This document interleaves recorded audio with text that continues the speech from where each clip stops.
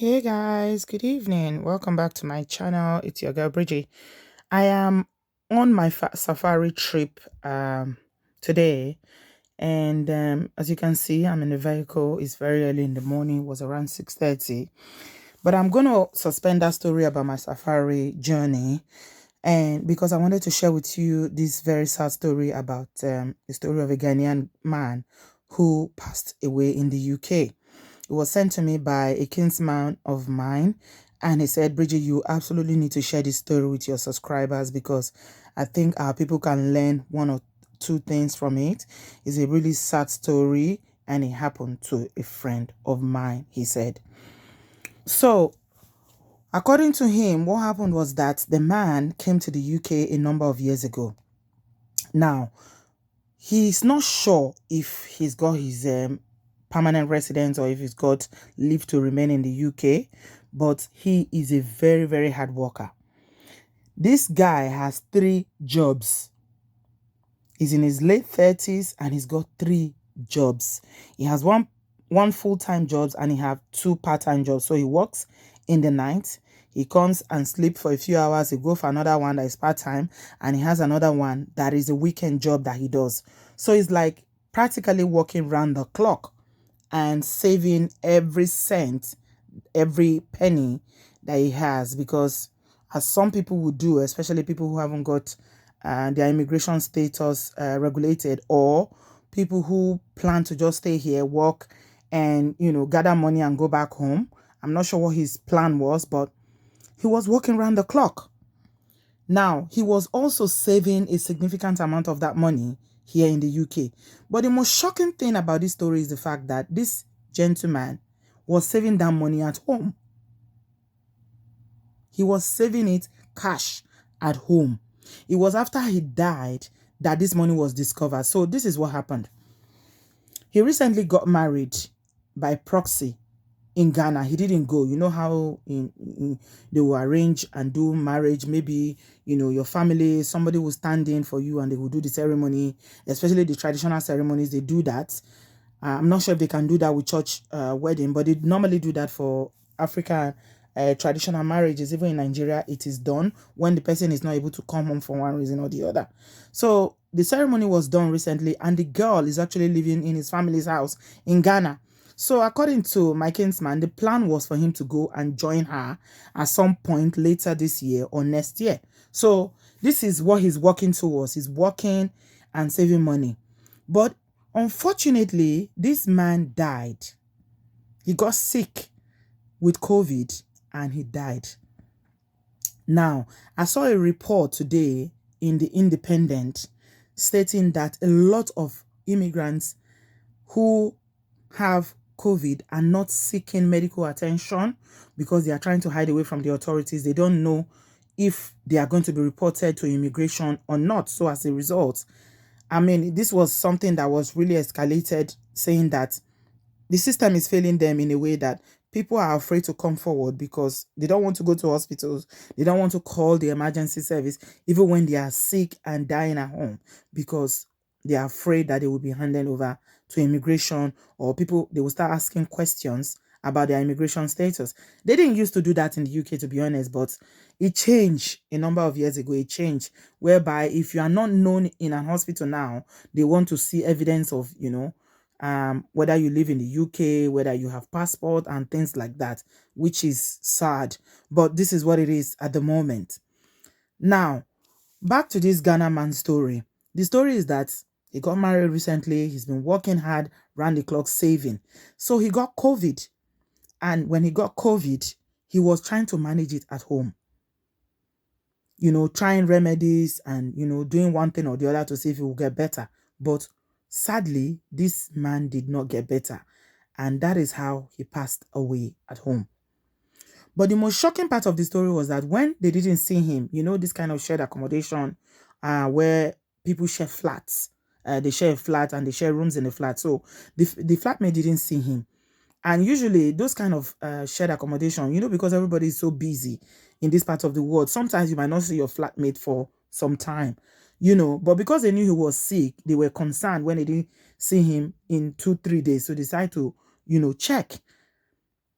and they found that he had died. So they had to call, the ambulance, they had to call the police, and they all came. But the problem was that when they removed this man and they were searching this house, when they were searching the room, the police were searching this room and looking for any clues about his identity and things like that, they found a whooping sum of £36,000 under his bed. I say that again. The police found £36,000 under this man's bed. So apparently, all these years that this man has been working, doing 3 jobs, saving all his money, planning for whatever he wants to do. Maybe he wants to go back to Ghana, or he wants to start a business or whatever it is that he had planned for. He was actually saving that cash under his bed in his room. Oh my God. So he actually died in his room, leaving £36,000 under his bed, which I am pretty sure is going to go to the UK government now. Now, a number of years ago, I don't know if you guys can remember, some of you who live in the UK, there was an incident like this that happened in London. This man again was a Ghanaian man, and he actually died in a train. And it's the same thing about working 3 jobs and not having enough rest. He had a heart attack in a train. And when he didn't come down from the train and the train was circling up and down and it was time for the train to park, it was the workers, the train workers, people that work for TfL that went there and saw that this man had died. You know how busy cities like London, nobody cares. Everybody is rushing to get in the train. This was before COVID. Rushing to go in and go out, go to their place of work. No, so nobody is really checking anyone. So when they went to check this man, they saw that this man, he was stone cold. And guess what? They found, I think it was about 6,000 or 7,000 pounds. They found in his pockets. This one had the money right there with him where he was sitting. And he was a Ghana man. So, I don't know. In fact, it's a very sad story. And it is a pity. As I was discussing this story with my kinsman yesterday, my heart completely went out to this man, his family, because I know what it is for people to try, to be hustling. It's like serious hustling, knowing that you are working towards a goal, you are working towards an aim, you have something that you are planning to do. Especially for people who haven't got their, immigration status regularized. I think we should just take a minute to show compassion. If you know anybody that doesn't have that permanent status, or they are, still trying to regularize themselves, please try to show them some compassion, some understanding. Because as much as we complain, we moan about things, but just the added stress of not knowing what's going to happen to you tomorrow. If you're arrested, if immigration comes calling, your place of work, what's going to happen, this and that. It is just too much. And the most painful part of this story for me is the fact that he was working all these jobs, but did not even appear to enjoy any of this money. He was just saving it up. You can see he was saving it under his bed. Oh my God. So, in cases like this, generally, you find that they have very little quality of life, because it's all about working. He's a young man. He was in his late 30s, But this is the danger of this disease, of this virus. It can happen to anybody, and there is no guarantee. If anybody that gets it, just thank God if you are able to beat it. So the quality of life is not really there, because if you are single, for instance, as a man, you're not going to be eating well, because especially if you have 3 jobs, there's no time. You'll be living on chicken and chips, not eating well, not sleeping well, because you have to always wake up by the alarm. You just take a nap of 3 hours and you are off to your next job. Not dressing well, not having good quality of life. And the most painful bit of it for me is not being able to look after yourself properly the way you should, having worked so hard. Yeah, people will not look after themselves that well. They will not wear what they're supposed to wear. They will not eat the best food. They will not eat out. Even takeaway. Some people will not be able to order ordinary takeout, because they'll feel like, oh, instead of me using that £15 to order takeaway, £20, when I can use £2.50 to buy chicken and chips. Because it's about the bottom line. How much can I save? It is not easy to save £36,000 for somebody who is doing, maybe unskilled job, working 3 jobs is not easy. Remember, he still got his bills to pay. He still got to pay his rent. You know, we don't know how he's working. I understand that some people who even use other people's document to work, they have to pay them. So he still has responsibility back home in Ghana. I'm sure he was sending money all the while that he was here. If he's got parents, he recently got married, so he must have sent money for that ceremony. Hoping, praying, and planning for a future. Now the bride is there.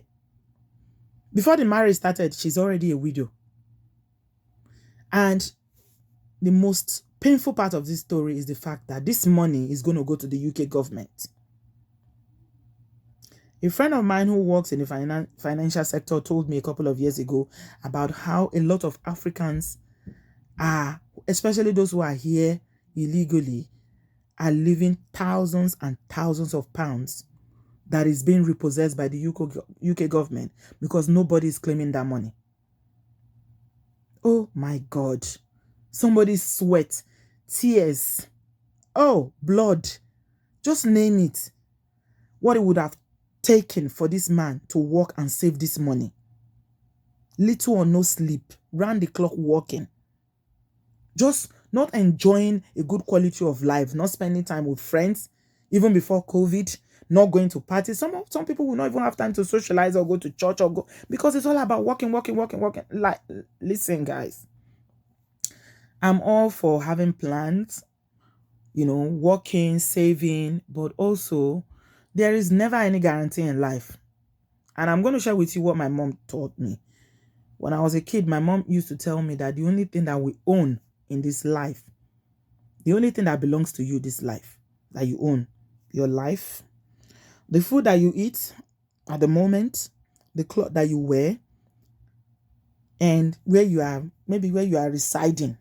That one is not even permanently yours, it's temporarily yours while you are here. So basically what belongs to you is the food that you eat and the clothes that you wear.